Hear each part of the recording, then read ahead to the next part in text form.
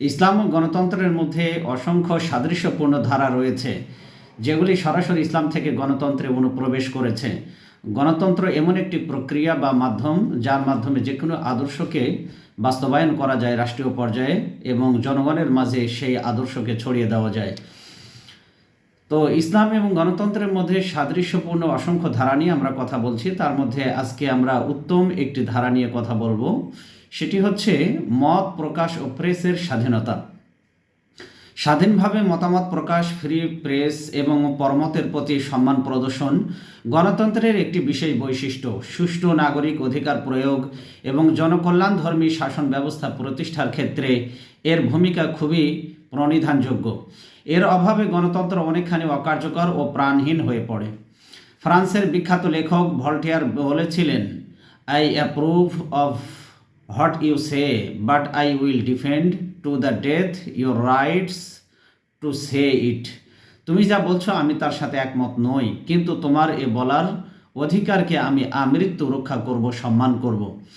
ইসলামে মানুষের বাক স্বাধীনতা ও পরমত সহিষ্ণুতাকে যথেষ্ট গুরুত্ব দান করা হয়েছে। ইসলাম উম্মতের বিজ্ঞজনদের মতবিরোধকে, মুসলিম উম্মার বিজ্ঞ আলেমদের মতবিরোধকে মুসলমানদের জন্য রহমত হিসাবে বিবেচনা করে এবং যাবতীয় অন্যায়, অবিচার, শোষণ, বঞ্চনা, বৈষম্য ও নির্যাতনের বিরুদ্ধে বাকশক্তিকে ব্যবহারের জন্য নির্দেশ প্রদান করা হয়েছে। নবীজি সাল্লাল্লাহু আলাইহি ওয়াসাল্লাম এ প্রসঙ্গে তিনি বলেন, ইন্না আফজালাল জিহাদি কালিমাতু হাক্কিন ইনদা সুলতানিন জাইর। নবীজি সাল্লাল্লাহু আলাইহি ওয়াসাল্লাম বলেন, অত্যাচারী শাসকের সামনে হক কথা বলা সর্বোত্তম জিহাদ।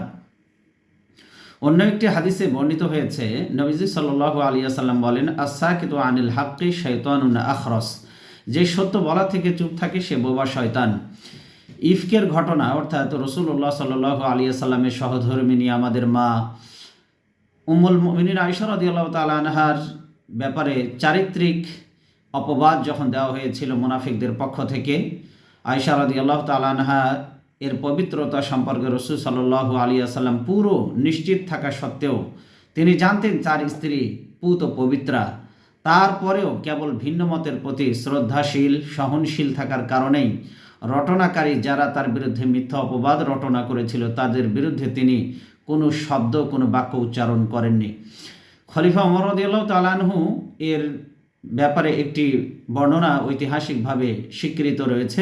খলিফা ওমর রাদিয়াল্লাহু তাআলা আনহু এর বিয়ের মহারানা নিয়ন্ত্রণ নীতির বিরুদ্ধে এক মহিলা বলিষ্ঠ মত প্রকাশ করেন। বিয়ের ক্ষেত্রে নারীর প্রাপ্য মহরের পরিমাণ যে কোনো উচ্চ অঙ্কে হতে পারে। মহিলার এই মত খলিফা ওমর রাদিয়াল্লাহু তাআলা আনহু গ্রহণ করেন। এক যুবক কর্তৃক খলিফা ওমর রাদিয়াল্লাহু তাআলা আনহুকে বাইতুল মাল থেকে অতিরিক্ত কাপড় গ্রহণ করার অভিযোগে অভিযুক্ত করার মধ্য দিয়ে খেলাফতে রাশেদার সময় বাক স্বাধীনতা ও পরমত সহিষ্ণুতা কতখানি বিস্তৃত ছিল তার প্রমাণ পাওয়া যায়। পরে যুবকের অভিযোগ মিথ্যা প্রমাণিত হয়, কিন্তু অভিযোগ করার অধিকার রাষ্ট্র তাদেরকে দিয়েছিল, অর্থাৎ জনগণকে রাষ্ট্রপ্রধানের সমালোচনা করার সেই অধিকার দিয়েছিল। ওই যুবকটি কোনোরূপ তিরস্কার এবং নির্যাতনের শিকার পরবর্তীতে হননি। মত প্রকাশের স্বাধীনতা, ইসলাম সবাইকে মত প্রকাশের স্বাধীনতা দিয়েছে। খলাফায়ে রাশেদিন রাদিয়াল্লাহু তাআলা আনহুম এর যুগে এটার প্রতি বিশেষভাবে লক্ষ্য রাখা হতো। ওমর রাদিয়াল্লাহু তাআলা আনহু মানুষকে নিজ নিজ উত্তম অভিমত ব্যক্ত করার সুযোগ দিতেন, বাধা দিতেন না। ভেতরের কথা প্রকাশ করার জন্য সবার জন্য উন্মুক্ত স্বাধীনতা ছিল। যেসব মাসআলায় শরঈ কোনো নস বা ভাষ্য প্রমাণাদি পাওয়া যেত না, ধারা বর্ণনা পাওয়া যেত না, সেগুলোর ক্ষেত্রে ইজতিহাদের সুযোগ দিতেন। যেগুলি সুস্পষ্টভাবে কোরআন এবং সুন্নাহ দ্বারা প্রমাণিত নয়, এমন কোনো বিষয়ে গবেষণার সুযোগ ওমর রাদিয়াল্লাহু তাআলা আনহু তিনি তার নাগরিকদেরকে দিয়েছেন। ওমর রাদিয়াল্লাহু তাআলা আনহু থেকে বর্ণিত, তার সঙ্গে এক লোকের সাক্ষাৎ হয়। তাকে তিনি জিজ্ঞাসা করেন, তোমার অমুক কাজের কি হলো? লোকটা বলে, আলী ও জায়েদ এমন ফয়সালা দিয়েছেন। ওমর রাদিয়াল্লাহু তাআলা আনহু শুনে বলেন, আমি যদি ফয়সালা দিতাম তবে এমনটি ফয়সালা দিতাম। লোকটি বলে, আপনি হচ্ছেন খলিফাতুল মুসলিমিন, আপনি সেই ফয়সালা কার্যকর করছেন না কেন তাহলে? ওমর রাদিয়াল্লাহু তাআলা আনহু বলেন, সমস্যাটা যদি কোরআন এবং সুন্নাহয় স্পষ্টভাবে উল্লেখ থাকতো তাহলে অবশ্যই ভূমিকা রাখতাম, কিন্তু তোমার সমস্যাটা ইজতিহাদ সংক্রান্ত, অর্থাৎ রায়ের ক্ষেত্রে আমরা সবাই সমান অংশীদার। তাই আলী এবং জায়েদ গবেষণালব্ধ জ্ঞান থেকে যে ফায়সালা দিয়েছে সেটাও সঠিক আছে। এভাবে ওমর রাদিয়াল্লাহু তাআলা আনহু সাহাবীদের গবেষণালব্ধ মাসআলার ক্ষেত্রে মতামত প্রকাশের স্বাধীনতা দিতেন। গবেষণায় তাদের কখনো বাধা দিতেন না। বিশেষ করে কোনো মতামত, কোনো অভিমত প্রকাশেও বাধ্য করতেন না। ওমর ফারুক রাদিয়াল্লাহু তাআলা আনহু তার শাসনামলে খোলাফায়ে রাশিদিনদের যুগে মানুষ নির্ভয়ে যে কোনো ব্যাপারে নিজের মত প্রকাশ করতে পারত, নিজের অভিব্যক্তি প্রকাশ করার স্বাধীনতা তাদের ছিল। একবার ওমর রাদিয়াল্লাহু তাআলা আনহু ভাষণ দেওয়ার সময় বলেন, লোক সকল, তোমাদের মধ্যে কেউ আমার মধ্যে কোনো বক্রতা দেখতে পেলে সোজা করে দেবে তো? তখন এক লোক দাঁড়িয়ে বলেন, আপনার মধ্যে যদি আমরা কোনোরূপ বক্রতা দেখতে পাই তাহলে তা তরবারি দিয়ে সোজা করে দেব। ওমর রাদিয়াল্লাহু তাআলা আনহু এই কথা শুনে বলেন, আল্লাহর শুকর, তিনি উম্মতের মধ্যে এমন লোক সৃষ্টি করেছেন যে ওমরের বক্রতা তরবারি দ্বারা সোজা করে দিতে পারে। খেলাফতের অভিষেক বক্তৃতায় তিনি একবার বলেছিলেন, আমাকে সৎ কাজের নির্দেশ দেবে, মন্দ থেকে ফিরিয়ে রাখবে, উপদেশ দিয়ে সাহায্য করবে। ওমর রাদিয়াল্লাহু তাআলা আনহু রাজনৈতিক দৃষ্টিকোণ থেকে এমন মুক্ত চিন্তায় বিশ্বাসী ছিলেন ওমর রাদিয়াল্লাহু তাআলা আনহু, যার ভিত্তিতে পারস্পরিক কল্যাণ কাজের প্রেরণা পাওয়া যেত। তিনি মনে করতেন নাগরিকদের জন্য শাসকের কল্যাণকামী হওয়াটা অবশ্যই শাসকের জন্য দায়িত্ব, আর শাসকের কর্তব্য হচ্ছে জনসাধারণ থেকে উপদেশ ও নসিহত গ্রহণ করা। তিনি বলতেন, হে আমার রাজ্যের জনগণ, তোমাদের উপর আমাদের দাবি হচ্ছে আমাদের অনুপস্থিতিতে আমাদের কল্যাণকামী হবে এবং কল্যাণকর কাজে আমাদেরকে সাহায্য সহযোগিতা করবে। তার দৃষ্টিতে মুসলিম জাতির প্রতিটি সদস্যের এই অধিকার রয়েছে যে সে তার পথ প্রদর্শন করবে। তিনি যদি পথচ্যুত হন তবে তাকে সোজা করে সঠিক পথে এনে দেবে, চাই তা তরবারি দ্বারা হোক অথবা স্বাভাবিকভাবে কোরআন সুন্নাহ দ্বারা নসিহত করার মধ্য দিয়ে হোক। তিনি বলতেন, হে মানবমণ্ডলী, তোমাদের মধ্যে যেই আমার মধ্যে বক্রতা দেখতে পাবে সে তা অবশ্যই ঠিক করে দেবে। তিনি আরও বলতেন, আমার কাছে সর্বোত্তম ব্যক্তি সে যে আমার দোষ ত্রুটি সম্পর্কে আমাকে অবহিত করে। তার একটি উক্তি রয়েছে, ওমর রাদিয়াল্লাহু তাআলা আনহু প্রায়শই বলতেন, আমার ভয় হচ্ছে আমি ভুল করব, আর আমার ভয়ে কেউ আমাকে সঠিক পথ দেখাবে না, সবাই চুপ থাকবে। একদিন এক ব্যক্তি তার কাছে এসে জনসাধারণের সামনে তাকে বলেন, ওমর, আল্লাহকে ভয় করো। উপস্থিত সকলেই তখন লোকটার কথা শুনে রেগে যায় এবং তাকে চুপ করাতে চেষ্টা করে। তখন ওমর রাদিয়াল্লাহু তাআলা আনহু তাকে বলেন, যদি তুমি দোষটা দেখিয়ে না দাও তবে তোমার কথায় কোনো কল্যাণ নেই, আর আমার মধ্যে কোনো কল্যাণ নেই যদি আমি তোমার কথা না শুনি। একদিন তিনি জনতার সামনে ভাষণে কেবল এটুকু বললেন, লোক সকল শোনো, তোমরা শাসকের কথা শুনবে এবং আনুগত্য করবে। এ কথা বলতে এক ব্যক্তি কথা কেটে বসল। সে বলল, ওমর, আমরা তোমার কথা শুনব না, তোমার আনুগত্যও করব না।